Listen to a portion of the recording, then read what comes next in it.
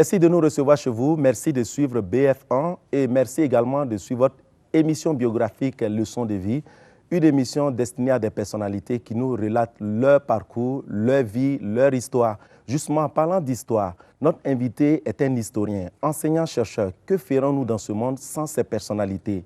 Zoom sur le professeur Jean-Marc Palma.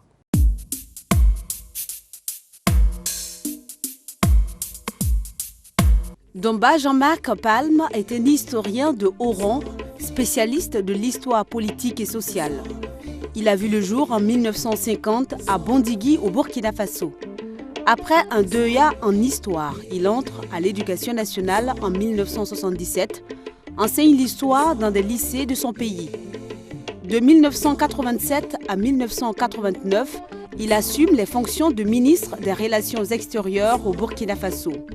À ce titre, il participe à de nombreuses conférences, tant au niveau africain qu'au niveau international.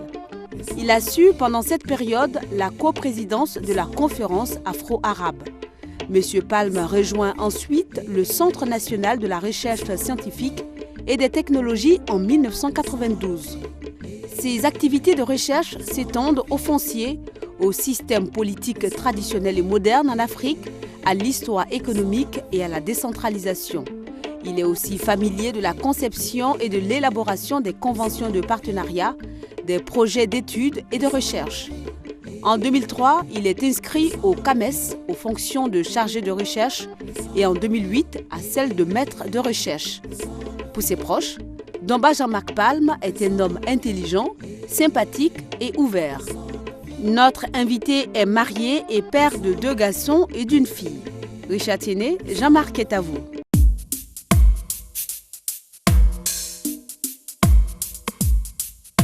Merci de répondre favorablement à l'invitation de BF1 et merci d'être sur le plateau de Leçons de vie. Professeur. Merci, c'est moi. C'est à moi de vous remercier de m'avoir invité pour une émission de ce genre. Je sais qu'un certain nombre de personnalités, des collègues enseignants-chercheurs sont passés avant moi. C'est à moi de vous dire merci. Alors, vous nous avez amenés dans un décor particulier. Pourquoi le choix de ce décor et où sommes-nous exactement en ce moment? Le choix de ce décor procède d'une simple chose. Je ne sais pas si votre matos pouvait monter au 3e étage. De votre résidence? Où je vis. Ici, c'est, disons, le restaurant de ma femme. Et comme le décor est magnifique, je pensais que l'émission pouvait se dérouler ici de manière correcte. Il a un nom. Vous avez peur de pas du tout. C'est pas de la publicité. Oui. Il s'appelle Yiki Grill. En fait, ce restaurant fait partie des activités d'une association que ma femme dirige, qui s'appelle Yiki justement, et qui s'occupe des femmes, de l'insertion et de la réinsertion des femmes en difficulté. Voilà pourquoi nous avons tenu à ce que vous nous parliez de ce restaurant qui a quand même un caractère pas seulement commercial. Voilà. Vous êtes très bien habillé, professeur. Une belle chemise. Vous aimez les chemises. On vous voit le plus souvent en chemise, mais souvent en costume. Pas souvent en costume, mais j'aime pas les costumes parce que avec un petit coup, j'aime pas les cravates. Vous n'aimez pas les cravates? Non. Pourquoi? Parce que vous ne savez pas les nouer? Non, c'est pas ça. J'aime pas les cravates, ça me gêne. Je préfère être libre. Ça vous étouffe? Un peu. Mais par moment, diplomatie oblige, vous avez dû porter la cravate. Quand c'est obligatoire, il faut passer par là. On y reviendra. Alors, comment avez-vous passé votre enfance? On sait que vous êtes enseignant-chercheur. On l'a appris tout à l'heure à travers le Zoom. Alors, comment vous étiez quand vous étiez un peu plus jeune? Bon, l'enfance, il est passé à Dédougou, où mon père était en service. C'est là d'ailleurs où est né mon petit frère Jean-Pierre. Puis après, mon père a été malade. On a connu quelques temps au village, 3 ou 4 mois. Puis le papa a été affecté à Bobo-Dioulasso. Et c'est là-bas que j'ai commencé donc l'école, de la maternelle à l'époque, en 55, jusqu'au lycée. Une enfance pas malheureuse. Bon, comme tout enfant de Bobo-Dioulasso, jouer au ballon dans les rues, aller à la guinguette. Donc c'est un peu ça, comme tous les enfants de Bourg de l'époque. Vous jouez au ballon, c'est un point essentiel. Et nous avons appris qu'il y a eu ce fameux match. C'était en 1965. C'était le LOC, le lycée Ouenzin Koulibaly. Contre quelle équipe d'ailleurs? Les gens sont trompés des dates, c'était pas en 65. C'était en quelle année? Plus ancien, c'était en 68. En 68. C'était le LOC contre Moukassa. Un match que j'avais préparé. Moukassa de Koudougou. De Koudougou. Un match que j'avais préparé en arrêtant de fumer. Malheureusement, le jour du match, au bout d'un quart d'heure, j'étais complètement essoufflé. Et j'ai demandé à l'entraîneur de me sortir. Il n'a pas voulu entendre quoi que ce soit. Et je suis resté jusqu'à la mi-temps. Mais c'était assez pénible. Vous étiez défenseur? Oui, numéro 2. Numéro 2. Et on disait que vous ne faites pas de cadeaux à vos adversaires.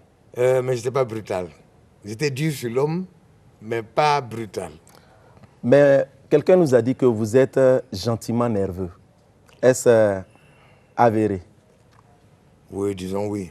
Gentiment nerveux. Gentiment Comment nerveux. on doit comprendre cela? Non, mais je fais l'effort de me maîtriser. D'où le mot gentil qui vient... D'où le mot gentil qui vient à nerveux. Alliance de mots. Alliance de mots. Alors, quels étaient vos loisirs quand vous étiez plus jeune? Vous avez parlé du football, vous avez quand même fait de la musique. Oui, j'ai fait un peu de musique avec des camarades, avec des collègues, des copains de lycée. Bon, on faisait des concerts. À ce propos d'ailleurs, on était en terminale quand on baladait un peu à Banfora et autres pour faire des concerts. Et mon père m'a demandé, bon, tu passes le bac cette année, tu fais de la musique, on verra sur quelle note va se terminer l'année. Bon, heureusement que le bac a marché. Dans l'orchestre, vous occupez quelle place exactement? Moi, j'étais batteur. Et vous, jusqu'à aujourd'hui, ça vous... De temps en temps, je vais jouer avec Mustapha. Tchombiano. Tchombiano. C'est un grand ami à vous? Un grand ami, non. Disons, c'est une relation que je connais depuis longtemps. J'ai joué avec lui, j'ai joué avec les Guinarou quand ils étaient ici. De temps en temps, il m'a dit qu'il a une batterie à la maison. Bon, se défouler un peu. Et quels étaient les livres que vous lisiez au secondaire? Au secondaire, c'était plutôt les romans. Et les romans et les livres d'histoire que je lisais. Et quels étaient les auteurs que vous appréciez le plus? Essentiellement des auteurs français. Bon, et quelques auteurs africains. Par exemple, j'ai lu la trilogie, c'est au lycée que j'ai lu la trilogie qui parlait du boucher de Kita, etc., un auteur malien. Qui m'a beaucoup marqué d'ailleurs. Ah. Et vous aviez des matières préférées en classe? En classe, disons que je n'aimais pas trop les maths et la physique chimie. Parce que vous avez fait une série A4. Mais j'ai fait une seconde C. Et vous avez dévié par la suite? J'ai fait une seconde C. Scientifique? Scientifique. Ce qui m'a énervé, c'est un professeur de maths qui n'a pas pardonné une petite erreur que j'avais faite et qui m'a donné 1. C'était dans quelle matière? En mathématiques, 1 sur 20. 1 sur 20. Ça m'a tellement révolté que j'ai décidé de ne plus faire de maths, de ne plus rencontrer les maths dans ma vie. Il en était malheureux, il m'a dit non, tu peux quand même faire D. J'ai dit non, ça ne m'intéresse plus. Mais les maths que j'ai faites en C m'ont aidé en terminale A4. Parce que j'utilisais d'autres méthodes que les élèves de terminale A4 ne connaissaient pas en maths. Ce qui m'a permis d'ailleurs d'avoir 20 en maths au bac. Alors là, c'est... Non, bon, en fait, ça n'avait rien de sorcier. Ce qu'on avait donné, moi, j'avais déjà vu ça en seconde. Voilà. Et pour vous, c'était plus simple? Pour moi, c'est simple. On vous pose la question parce que vous êtes historien de formation. On se demandait quelle pouvait être la matière... Quand on se pose la question, votre matière préférée, on s'attend à ce que vous dites, évidemment, l'histoire. Ce n'était pas le cas. Non, j'aimais bien l'histoire, parce que j'étais bon en histoire. Mais je n'étais pas passionné, accro de l'histoire. Vous parlez un peu espagnol? Un peu, oui. Anglais également? Anglais aussi. Nous allons à présent écouter quelqu'un qui vous connaît, qui est votre frère, qui lui a été ministre des Sports, connu également des téléspectateurs et du public burkinabé, suivant ce que votre frère dit exactement de vous.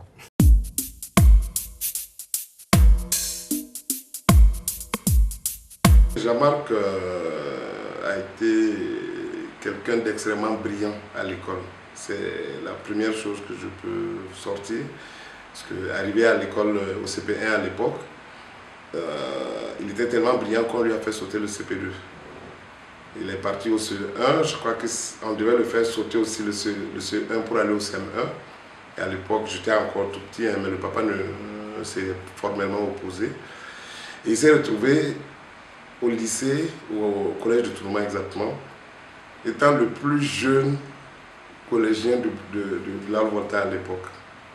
Il a été quelqu'un d'extrêmement brillant, qui a fait de brillantes études. Après son bac, il est venu au CESUP ici à l'époque.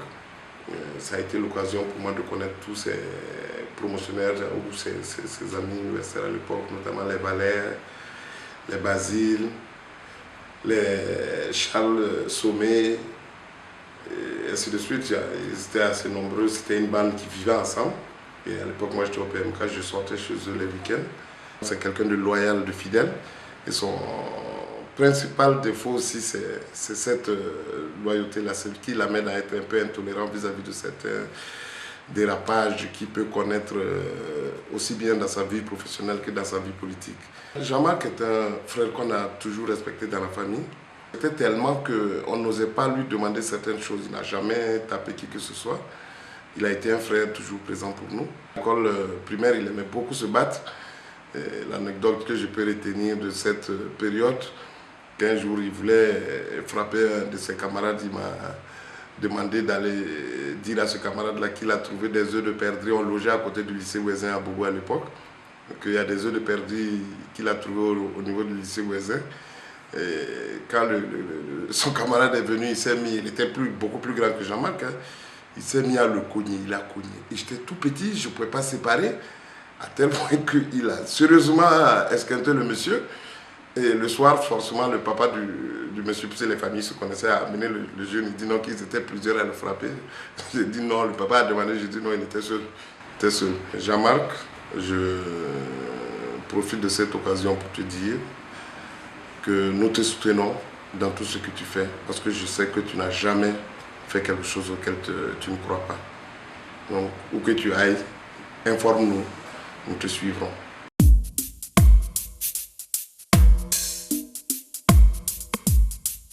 Professeur Palme, voilà, faites un commentaire sur tout ce qu'on vient d'entendre.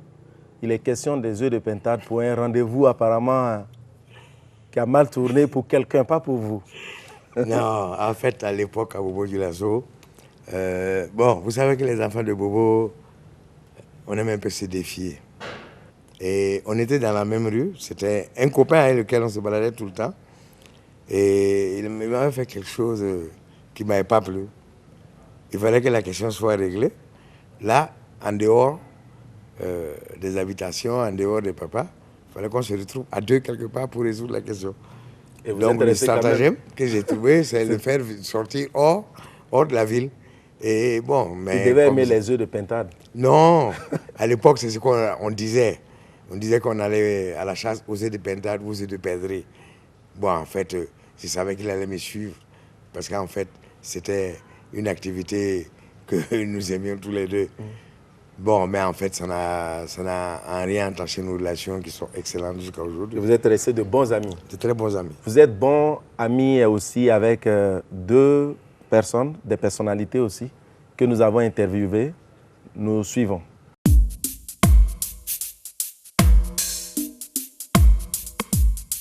Et Palme, Jean-Marc, je l'ai connu depuis la jeunesse.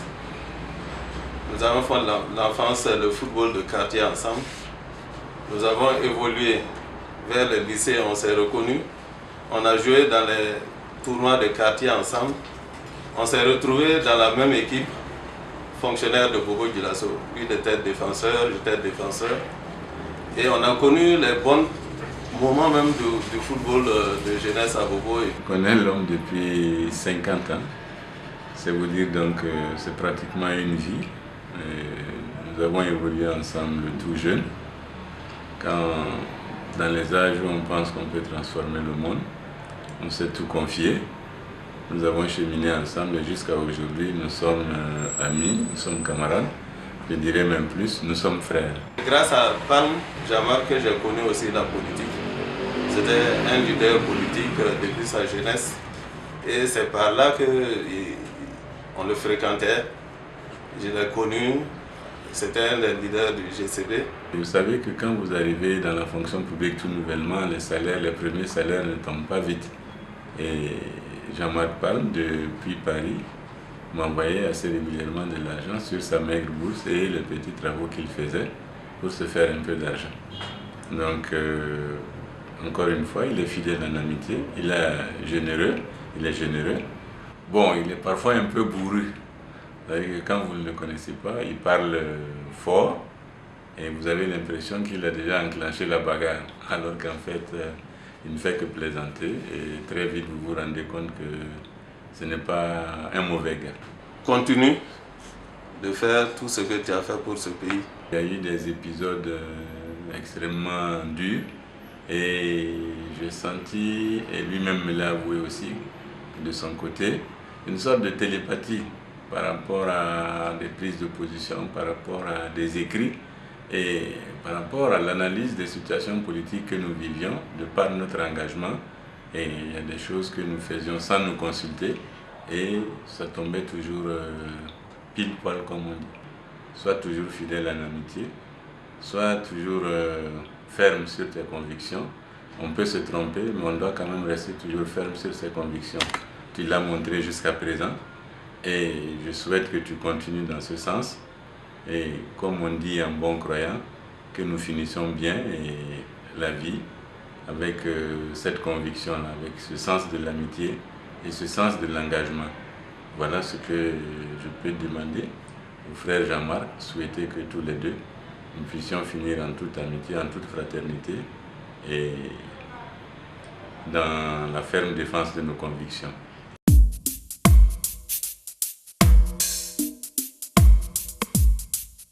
Nous venons de suivre donc M. Guiré et M. Zampaligré.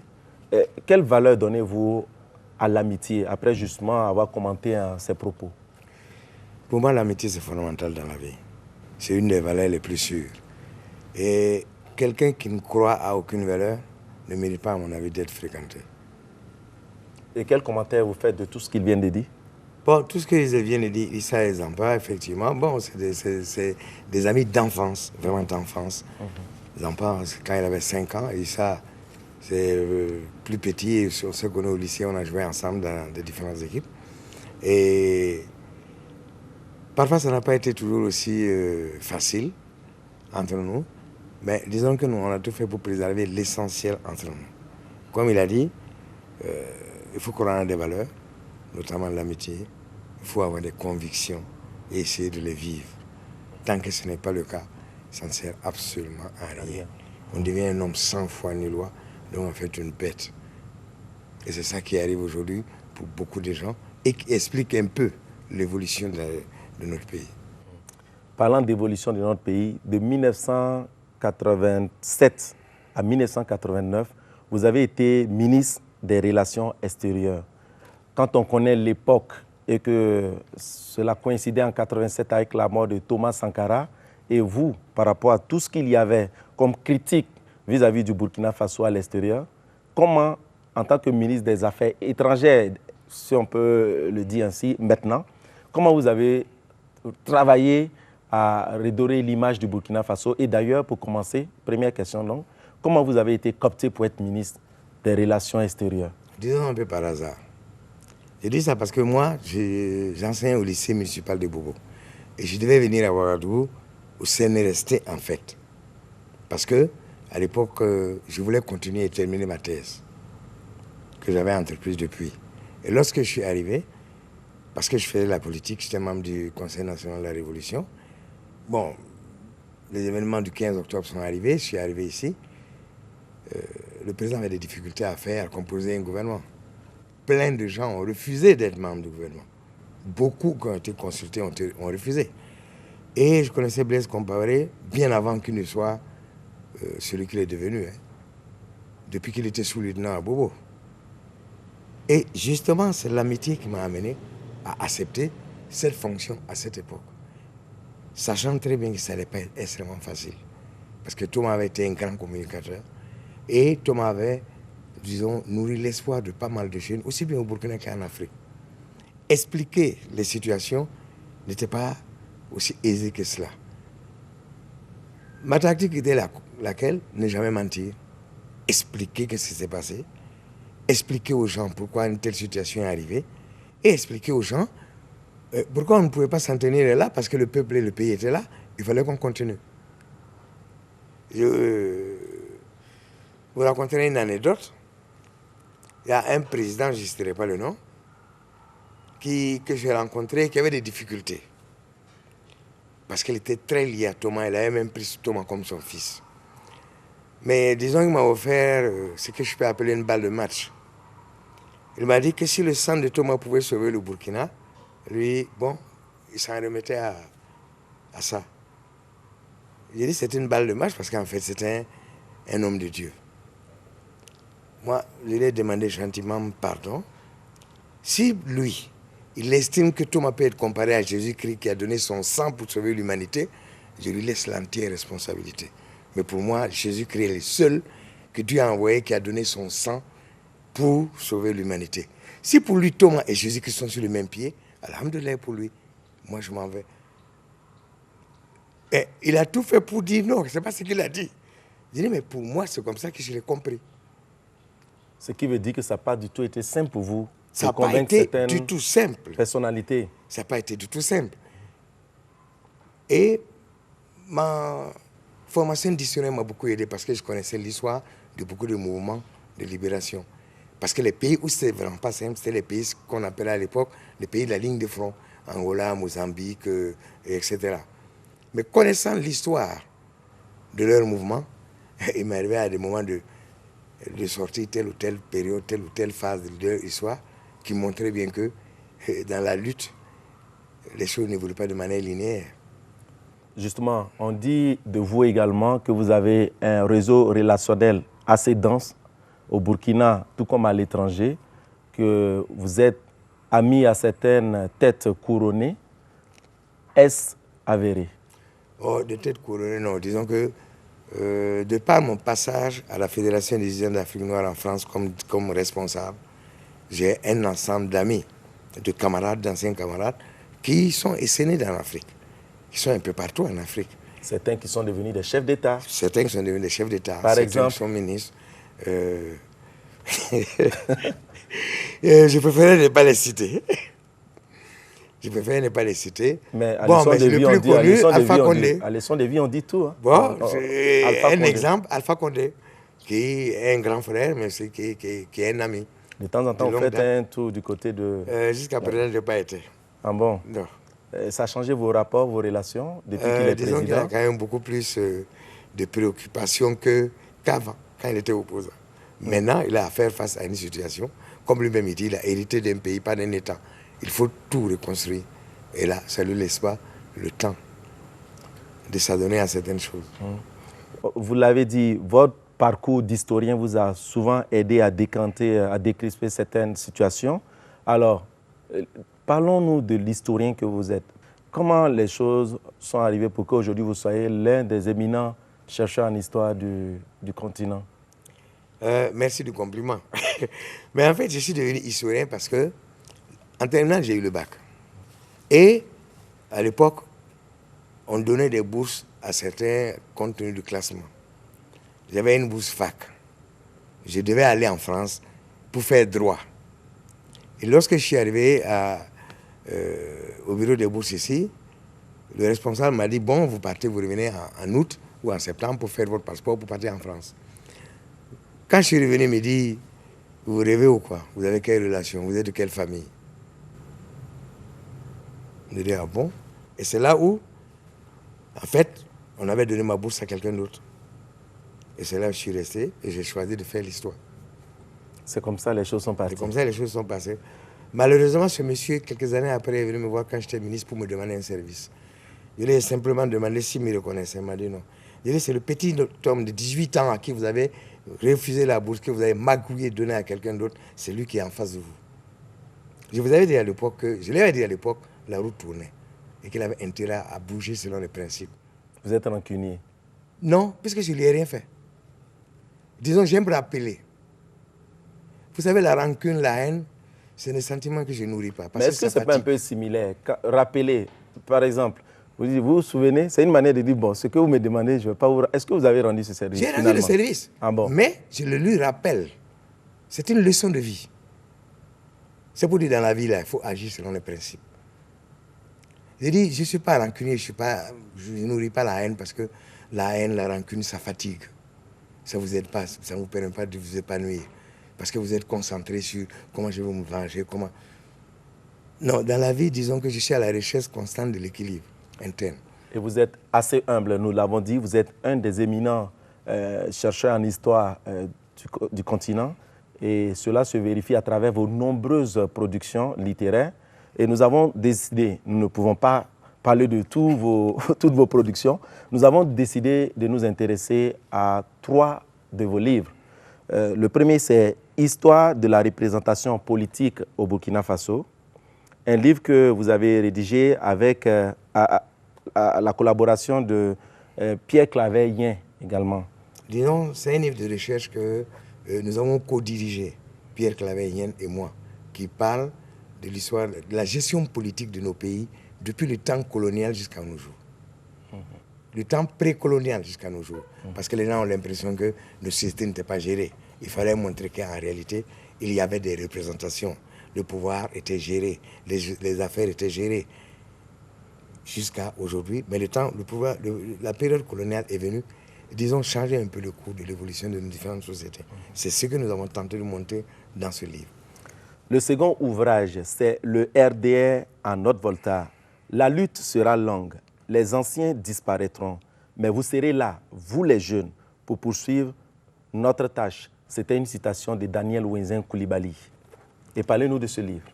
Oui, ce livre, c'est... J'ai toujours été passionné par l'histoire de RDA. Ça m'a paru... C'était un moment qui me paraissait un peu mythique. Malgré les différentes évolutions de ce mouvement, je me suis toujours demandé pourquoi, depuis 1946, ce mouvement a toujours existé, existe toujours dans un ensemble de pays, comme la Côte d'Ivoire, le Burkina, la Guinée, etc. Et c'est ça qui m'a amené justement à parler du RDA, mais le RDA en Haute-Volta. Parce que aussi, il faut mettre à la disposition des jeunes des instruments qui guident leur action. Aujourd'hui, les jeunes n'ont pas tellement de repères. C'est un moyen pour moi, une manière pour moi de donner des repères à la jeunesse pour son action politique. Parce que comme disait Wenzin Coulibaly justement, vous les jeunes, vous serez là. Et pour être là, il va falloir que vous vous engagez en politique. Il va falloir aussi agir en fonction des repères et avoir des principes. Et connaître aussi votre histoire. C'est important de connaître l'histoire. Nous renvoyons donc les jeunes à la lecture de ces 2 ouvrages. Et nous avons un troisième, c'est une exclusivité BF1, parce que ce livre n'est pas encore dédicacé. La dédicace, c'est pour très bientôt. Wenzin Coulibaly, Nazi Boni, 2 leaders politiques africains de Haute-Volta. Bon, ce livre, disons que il me fallait l'écrire. Parce qu'il y a eu des biographies d'un ensemble de personnalités politiques de ce pays, écrites par soit des proches à eux. C'est le cas, par exemple, du livre sur Philippe Zenda Kaboré, qui a été écrit par sa fille, le livre sur Dominique Kaboré, qui a été écrit par son fils, et j'estime que ces 2 personnalités qui ont marqué l'histoire politique coloniale de notre pays, et même de l'Afrique tout entière, leur action politique mérite d'être connue. Parce que Wenzin a agi dans toute l'Afrique. C'était l'âme de RDA. Et comme disait un des anciens RDA que j'ai interrogé, il disait que le RDA, c'était Wenzin. Et au fait, le savait et il utilisait ça à ses propres fins. Et le Wenzin, d'ailleurs, n'est rentré ici en Haute-Volta, aujourd'hui au Burkina, que tard. Toute son action politique était menée en Côte d'Ivoire.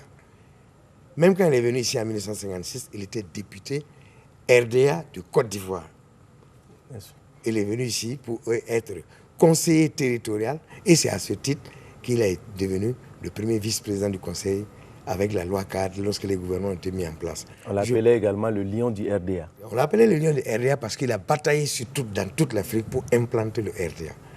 Et jusqu'à Djibouti. Les gens ne le savent pas, à Djibouti, le RDA avait une section. Donc, c'est pour ça l'histoire de ce mouvement, disons, me passionne. Et c'est un livre qui sort très bientôt, que nous conseillons vivement aux téléspectateurs de BF1 et pourquoi pas à l'ensemble des jeunes qui ont l'intention de connaître leur histoire. Car comme nous l'avons dit en début d'émission, nous avons besoin de notre histoire pour tracer notre avenir.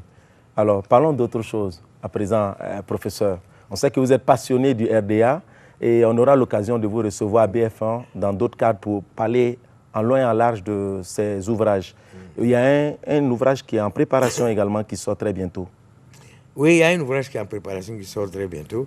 C'est le Parti africain de l'indépendance, PAI, et le Mouvement de libération nationale. Ce sont ces deux organisations politiques qui sont nées pour le PAI en 1957 et le MLN en 1958, qui sont les origines de la gauche marxiste et socialiste en Haute-Volta. Il est nécessaire et normal et indispensable qu'on le sache. Toutes les organisations qui se sont réclamées du marxisme ou de la social-démocratie sont issues de ces deux partis politiques. Le PAI pour les marxistes et le Mouvement de libération nationale pour les sociodémocrates. Donc, très bientôt, le livre sera également sur le marché. Pour revenir sur Wenzin, la dédicace n'est pas faite, mais le livre est déjà en librairie. On peut trouver vos livres d'ailleurs où? Librairie de l'Indépendance, librairie Mercury et Diakfa. À Diakfa. Et à Bobo aussi, librairie Mercury. D'accord. C'est pas trop cher pour les téléphones. Oh, connaissant la bourse des Burkinabés, ça peut aller. Ça peut aller. On va dire que c'est un coup étudié. C'est un coup étudié.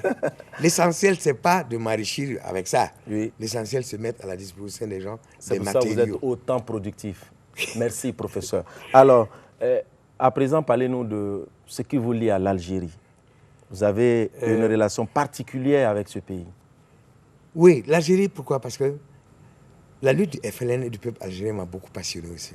Ça m'a amené à m'intéresser à ça. Et il y a pas mal d'écrits que j'ai fait sur l'Algérie. Parce que je me suis documenté beaucoup sur la question. Et lorsque j'étais étudiant, on avait une organisation politique qui était liée à une organisation politique de l'Algérie, mais dont le leader était en exil. Il est devenu par la suite président dans des conditions extrêmement difficiles. C'est le regretté Boudiaf. Et Boudiaf est mort dans des conditions que je célébrerai. Ça paraît ambigu, mais je célébrerai en fait sa mort. Parce que c'était un des premiers dirigeants du FLN. C'est lui qui pratiquement a installé le FLN, a développé le FLN. Mais en 1962, lorsque l'Algérie a été libérée, il a été obligé de quitter le pays et d'aller en exil. Il était briquetier au Maroc. C'était un destin que je trouvais injuste pour l'homme. Et lorsqu'il y a eu les événements, on a ramené Boudiaf. Et à l'époque, j'avais discuté avec l'ambassadeur d'Algérie qui était ici. C'était les années de Braise à l'époque, avec la guerre, presque la guerre civile qu'il y avait. J'ai dit, vous êtes obligé de ramener un homme qui a une légitimité historique. Vous ne pouvez qu'aller chercher Boudiaf dans sa briqueterie. Et on l'a amené. Malheureusement, disons qu'il était resté figé à une époque de l'Algérie, mais n'avait pas évolué. Donc il s'est attaqué à un certain nombre de problèmes. Il ne connaissait pas la société algérienne qui avait évolué. J'ai dit qu'il a eu une belle mort. Pourquoi? Parce que finalement, on l'a assassiné. Et c'est une belle mort. C'est une belle mort. D'être assassiné? C'est une belle mort pour le héros de la lutte de libération qu'il a été. Il serait mort de manière anonyme au Maroc comme un pauvre petit briquetier. Alors là, il est mort en héros, comme l'homme qu'il a été, l'homme de lutte, l'homme d'engagement qu'il a été. C'est pour ça que je dis qu'il a une belle mort. D'accord. Alors, on va décanter un peu, parce que là, c'est hautement cérébral. On va parler de quelqu'un que vous aimez particulièrement. C'est votre tendre moitié.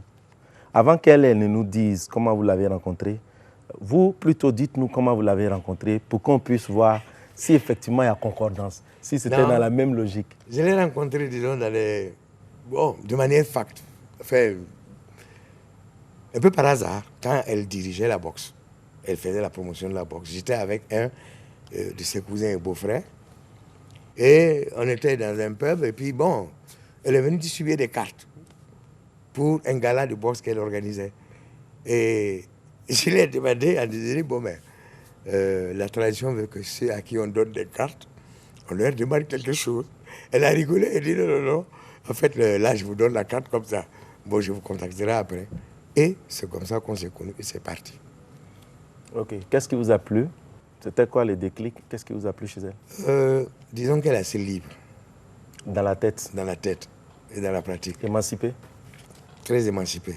N'ayant pas vécu ici, ayant vécu longtemps aux États-Unis, disons, il y a certaines mesquineries que je reproche aux femmes d'ici qu'elle n'a pas. Ce qui ne veut pas dire qu'elle n'a pas de défaut. Mais j'estime que on peut avoir un commerce facile. C'est quoi ses défauts? Ses défauts. On suit.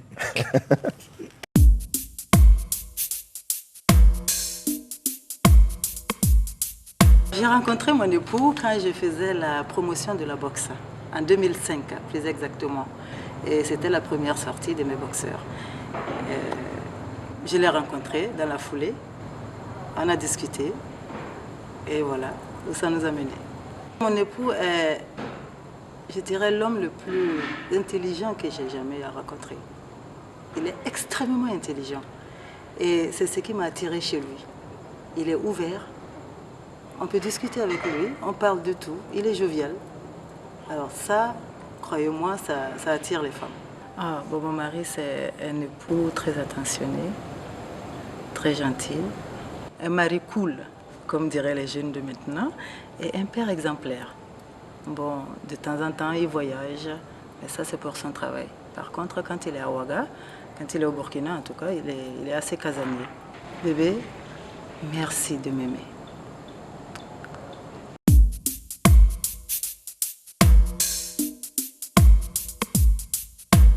Vous avez suivi, il y a un petit mot gentil là. Ouais. Elle vous appelle bébé.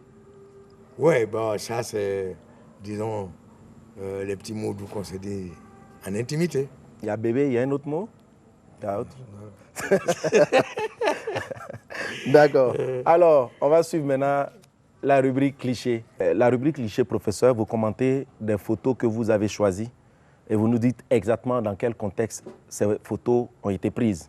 Alors, nous allons commencer par la première photo. Nous suivons et vous commentez.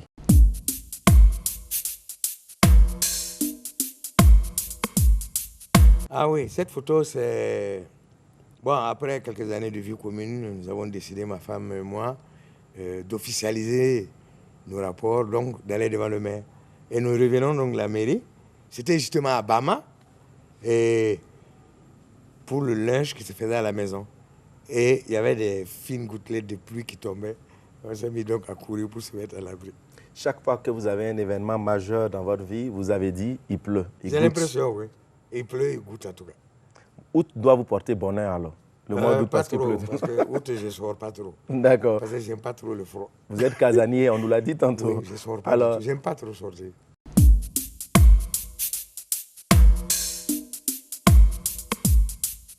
Voilà, ça, le second cliché, j'étais en terminale avec une bande d'amis, nous avons fait constituer un orchestre. Vous avez à l'extrême gauche, en pull noir, Bassenga Dieudonné. Après lui, c'est Diallo Filmin. Après Diallo Filmin, c'est Nama Germain. Le journaliste, le directeur de publication de l'événement. Puis ensuite, après Germain, vous avez Draman Konaté. Puis, après Draman, vous avez Zampa. Et après Zampa, c'est moi. Et c'est vous qui avez les bras croisés? C'est moi qui ai les bras croisés. Et celui qui est couché, qui faisait aussi partie de l'orchestre, c'est notre chanteur, c'est Feu Francis Beda.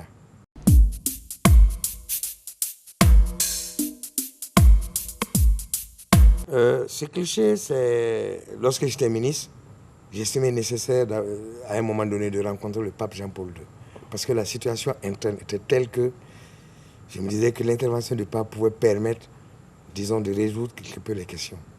Et c'est là où j'ai demandé à voir le pape, non seulement en tant que Saint-Père, mais aussi en tant que chef d'État. Et vous avez reçu ses bénédictions? Oui, disons ça comme ça. Il m'a reçu pendant 30 à 35 minutes de causerie. Et c'est là où je l'ai invité à venir au Burkina.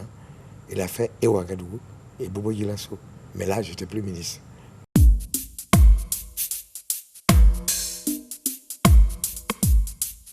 Pour refermer cette émission, nous avons des questions classiques que nous posons aux invités. Tous les invités, d'ailleurs, se sont prêtés à l'exercice. C'est votre tour aujourd'hui, professeur Palme.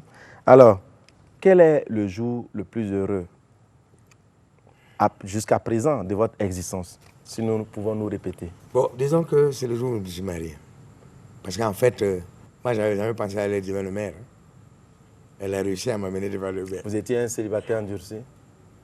Célibataire, oui, mais bon, enfin, pas officiel. C'est pas que...